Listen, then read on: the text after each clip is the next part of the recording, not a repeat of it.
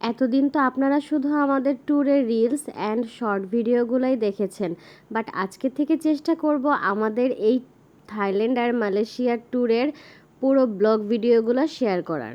আশা করি আমাদের প্রতিটা ব্লগের সাথে থাকবেন আর আমাদের সবগুলো ব্লগে আপনাদের কাছে সত্যি অনেক ভালো লাগবে, কারণ এই ব্লগগুলোতে আমি সব কিছুই ডিটেলসে আপনাদের সাথে শেয়ার করব। তাহলে চলুন কথা না বাড়িয়ে আমাদের থাইল্যান্ড আর মালয়েশিয়ার ট্যুরের একেবারে ফার্স্ট জার্নি থেকে আপনাদের সাথে সব কিছু শেয়ার করা শুরু করে দিই। আসসালামু আলাইকুম অ্যান্ড হ্যালো এভরিওয়ান, কেমন আছেন সবাই? আশা করি ভালো আছেন। আলহামদুলিল্লাহ, আমরাও ভালো আছি। তো গাইস, ফাইনালি কিন্তু দিন গুনতে গুনতে আমাদের সেই অপেক্ষার প্রহর শেষ হয়ে গিয়েছে আর আমাদের এয়ারপোর্ট যাওয়ার দিনটাও কিন্তু চলে আসছে। তো এই তো গাইস, আমরা কিন্তু আমাদের ট্যুরে যাওয়ার জন্য লাগেজ টাগেজ গুছিয়ে আর নিজেরাও একেবারে পরিপাটিভাবে রেডি হয়ে গিয়েছি এয়ারপোর্ট যাওয়ার জন্য। আর এইদিকে আয়নের বাবা আমাদের সব লাগেজ গ্যারেজে নিয়ে আসছে, আর এইদিকে জামাল হচ্ছে লাগেজগুলো সুন্দর মতো গাড়িতে সেট করে রাখতেছে। তো গাইস, সব কিছু সুন্দর মতো গুছিয়ে নিয়ে এখন কিন্তু আমরা আল্লাহর নাম নিয়ে রওনা দিয়ে দিলাম। আর এইদিকে গাড়িতে ওঠার সাথে সাথে আয়ন কিন্তু তার ব্লগ স্টার্ট করে দিয়েছে, আর এই ব্লগটি কিন্তু রিলস আকারে আমি আপনাদের সাথে শেয়ারও করেছি। দেখেন গাইস, এইদিকে কিন্তু আমাদের পুচকুটা তার ভাইয়ের থেকে কোনো অংশে কম না। সেও কিন্তু পেছনে বসে বসে দুষ্টু করা শুরু করে দিয়েছে, তাই আমি ভাবলাম তার এই দুষ্টুমিগুলো আপনাদের সাথে একটু শেয়ার করে ফেলি। সে হচ্ছে অর্ধেকের বেশি রাস্তায় তার দাদার সাথে পেছনে বসে বসে অনেক বেশি দুষ্টুমি করেছে, কারণ সে তার দাদার সাথে থাকতে অনেক বেশি কমফোর্ট ফিল করে। আর গাইস, এইদিকে কিন্তু আমাদের রাস্তা শেষই হচ্ছে না, আর আমরা সবাই অনেক বেশি এক্সাইটেড তাড়াতাড়ি এয়ারপোর্টে যাওয়ার জন্য। এইদিকে আয়নের বাবা তো ড্রাইভ করে করে তার টাইম ঠিকই পাস করে ফেলতেছে, আর আমরা তিন মা ছেলে কি করব, আমরা বসে বসে গল্প করছিলাম, দুষ্টুমি করছিলাম আর ভিডিও করছিলাম আপনাদের সাথে শেয়ার করার জন্য। এতক্ষণ কিন্তু পুচকুটা ছিল না, তাই বড়টা আমার কোলে আসে না, আর পুচকুটা কোলে আসার সাথে সাথে কিন্তু বড়টাও কোলে চলে আসছে। এইগুলাই করে দুই ভাই আমার সাথে।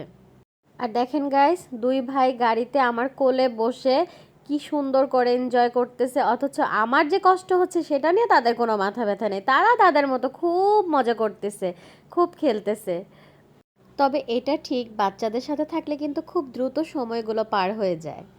তো গাইস, বাচ্চাদের সাথে দুষ্টুমি করতে করতে কিন্তু ফাইনালি আমরা এয়ারপোর্ট চলে আসছি এতদিন অপেক্ষা করার পর। তো গাইস, কোথাও ঘুরতে যাওয়ার আগে বাসা থেকে যে এক্সাইটমেন্টটা কাজ করে সেটা কিন্তু আরও দ্বিগুণ বেড়ে যায় যখন আমরা এয়ারপোর্ট চলে আসি, তাই না বলেন? আমার সাথে তো এমনই হয়। আপনাদের সাথে কেমন হয় অবশ্যই কমেন্ট করে জানাবেন। এখন জামাল আমাদের সবগুলা লাগেজ নামিয়ে দিচ্ছে, আর আয়নের বাবা সব কিছু ঠিকঠাক আছে কিনা চেক করে নিচ্ছে। আমরা এখন এয়ারপোর্টের ভেতরে চলে যাব, তাই পুচকুকে ওর দাদা একটু কোলে নিয়ে আদর করে দিল। এখন জামাল আর আব্বু চলে যাবে, আর যাওয়ার আগে বলতেছিল যে ওদেরকে দেখে রাখতে, ওদের দিকে খেয়াল রাখতে। এই সময়গুলো আসলে তাদের খুব খারাপ লাগার থাকে, আমাদেরও লাগে, কিন্তু আমাদের ভেতরে তারপরে একটু এক্সাইটমেন্ট থাকে যে আমরা এক জায়গায় ঘুরতে যাব, বাট তাদের ভেতরে খারাপ লাগা থাকে বাচ্চাদের জন্য। যাই হোক, এইদিকে আয়নের বাবা একটা ট্রলি নিয়ে আসছে আমাদের লাগেজগুলো নেওয়ার জন্য, আর একে একে সবগুলো লাগেজ আর আমার ব্যাগ খুব সুন্দর করে ট্রলির মধ্যে রেখে দিল।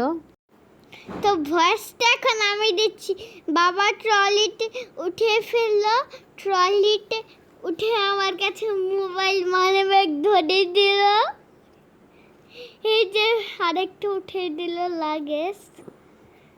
তো তারপরে আমি বলছিলাম আমাকে উঠিয়ে দিতে, আমাকে উঠাই না, এখন আমাকে হাঁটাচ্ছে। হি তো আপনারা শুনেছেন বসটা?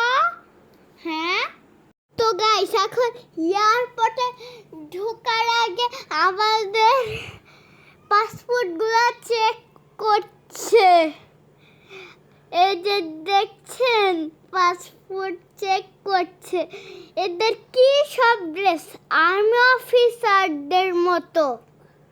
তো গাইস, পাসপোর্টগুলো দেখে কিন্তু আমরা ঢুকে পড়লাম এয়ারপোর্টের মধ্যে। দেখেন কি হবে, বাবা আমার হাতে ট্রলিটা দিয়ে দিয়েছিল। ব্যাপারটা কিন্তু অনেক ফানি ছিল।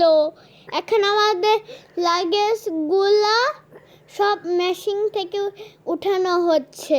আর গাইস আপনারা কিন্তু ভাববেন না যে ওরা দুই বাপ ছেলে এত কাজ করতেছে আর আমি কি শুধু বসেছিলাম। আমি কিন্তু এই ঘুমের পুচকুটাকে কোলে নিয়েছিলাম আর ও কিন্তু আমাকে অনেক বেশি বিরক্ত করতেছিল, খুব কান্না করতেছিল কারণ ওর অনেক ঘুম পাচ্ছিল।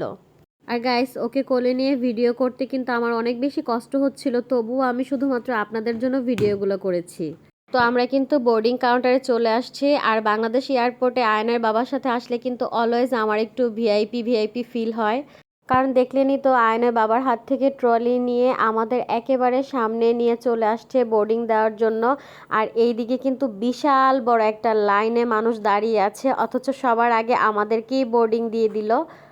আর এইসব ব্যাপারগুলো ওর সাথে কোথাও গেলে আমার কাছে অনেক বেশি ভালো লাগে।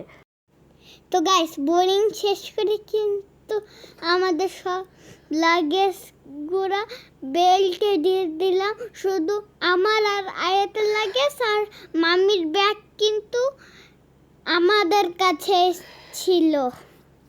তো গাইস দুইটা লাগেজে কিন্তু বেল্টে দিয়ে দিলাম। তো এই হচ্ছে আমাদের সবাই বোর্ডিং পাস। তো গাইস এখন আছে ইমিগ্রেশনের পাল্লা। এই ইমিগ্রেশনে তো ভিডিও করা যায় না, এর জন্য মাম্মি অল্প একটু ভিডিও করেছে। এখন আমরা ইমিগ্রেশন শেষ করে লাউঞ্জে খেতে যাচ্ছি। আমি লাগেজ নিয়েছি, বাবা পুচকুকে কোলে নিয়েছে আর মাম্মি ভিডিও করছে। এই তো আমরা হচ্ছে এখন লিফটের জন্য ওয়েট করতেছি, লাউঞ্জে যাব, লাউঞ্জে গিয়ে সবাই একসাথে ডিনার করে নিব। যেহেতু আমরা বাসা থেকে কিছুই খেয়ে আসি নাই, তাই আমরা একসাথে এখানেই খেয়ে নিব। তো গাইস এখন আমাদের অনেক জোরে ক্ষুধা লেগেছে, এই যে আমরা লাউঞ্জে খেতে চলে এসেছি।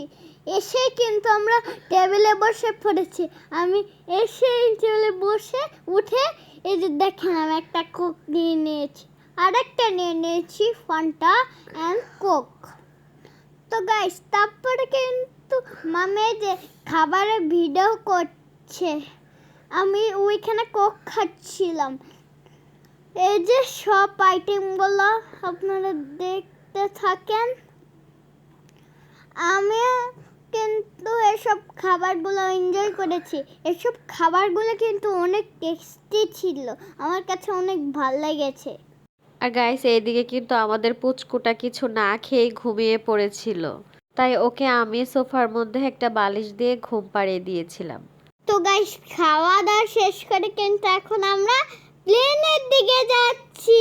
লেটস গো টু দ্য বিদাস। আর গাইস আমরা কিন্তু আমাদের পুচকুটার জন্য অনেক বেশি ছাড় পেয়েছি, এত বড় একটা লাইন থাকা সত্ত্বেও। যেহেতু আমাদের সাথে একটা বেবি ছিল, এই জন্য আমাদের সবার আগে নিয়ে প্লেনে ওঠার আগের লাস্ট চেকিংটা করে নিল। তো গাইস অনেক দিনের অপেক্ষার প্রহর শেষ করে কিন্তু আমরা প্লেনের কাছে চলে আসছি। তো গাইস আমরা কিন্তু এখন প্লেনের ভিতরে ঢুকছি। প্লেনের ভিতরে ঢুকার সময় ওরা কি বলে, সনিকা। তো গাইস আমরা প্লেনে ঢুকে পড়েছি। এখন আমরা আমাদের সিটটা খুঁজছি। খুঁজে আমরা এই যে বসে পড়লাম আমাদের সিটে। আমি কিন্তু জানালার সিটটা নিয়ে নিয়েছি। এই যে আমাদের পুচকুটা ঘুমিয়ে পড়েছে আর এই যে আমাদের বাবা, এই যে হচ্ছে আমি। হাই, এই হচ্ছে আমাদের প্লেনের টিভি। তো গাইস দেখতে দেখতে কিন্তু আমাদের প্লেনটা ছেড়ে আকাশে উড়ে গিয়েছে। তো গাইস আমরাও কিন্তু এখন পাখির মতো আকাশে উঠছি। আর প্লেন থেকে কিন্তু পুরো ঢাকাটা অনেক সুন্দর লাগছে। এই যে দেখেন আমি হেডফোন পরে কার্টুন দেখছিলাম। আমি কিন্তু এখন বসে বসে ওয়েট করছি কখন আমাদের খাবার দেবে।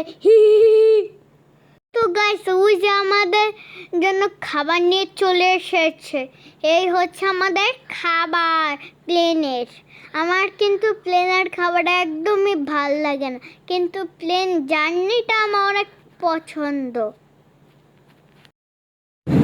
হ্যাঁ আয়ান, কিভাবে খেতে হয়? প্রথমে একটা চামচ নিবা, তারপরে এর মধ্যে এভাবে ঘোরাতে হবে। হ্যাঁ, তারপর তারপরে বড়। নাও। তারপর এইভাবে খেতে হয়। ও মাই গড। দেখলেন তো গাইস, দেখলেন তো কিভাবে খেতে হয়। সরি, আমি ভালো মতো দেখাইতে পারি না।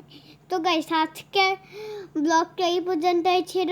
যারা যারা আমার ব্লগটা দেখেছেন অবশ্যই লাইক কমেন্ট শেয়ার করে দেবেন। বাই।